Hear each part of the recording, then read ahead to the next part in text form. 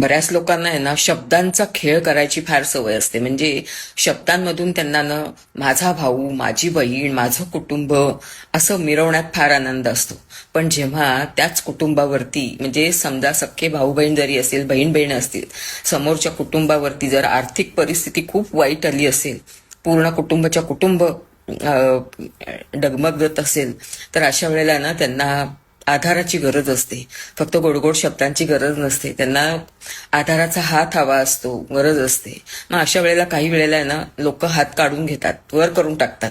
कारण त्यांना कुठेतरी एक भीती असते की आपण ह्यांना मदत केली ना आता, तरी ते पैसे आपल्याला परत मिळतील का नाही, किंवा ह्यांना जर आपण आपल्या स्वतःच्या ह्याच्यावरती एखादा EMI जरी लावून दिला तरी ते EMI चे पैसे लोक भरतील का नाही, नाहीतर आपल्यावरतीच यायचं परत, या भीतीनं आहे ना कोणी त्यांना मग मदत करायला जात नाही. अशा वेळेला तुमची नाती खरोखर तिथे दिसून येतात.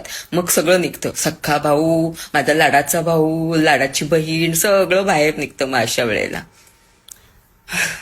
मला खरंच विचारावंसं वाटतं तुम्हाला, की तुम्ही बघितलेत का हो असं, की अशी आर्थिक परिस्थिती जर एखाद्यावर आलीये आणि दुसऱ्या भावाने किंवा बहिणीने मदतीनं त्यांना त्या कुटुंबाला वर काढले, त्या संकटातून दूर केले. असं माझ्या नजरेत तर अजून तसं आलं नाहीये. आणि कमेंटमध्ये तुम्ही मला विचाराल की तुम्ही काय कराल, तर येस, माझी जेवढी परिस्थिती असेल ना, मी नक्की मदत करायचा प्रयत्न करणार.